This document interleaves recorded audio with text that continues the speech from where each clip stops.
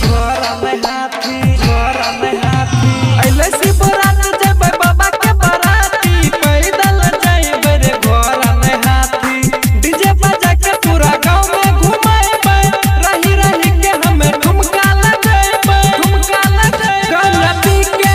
हम भूली जाइबे अपन औकात महाकाल जिंदाबाद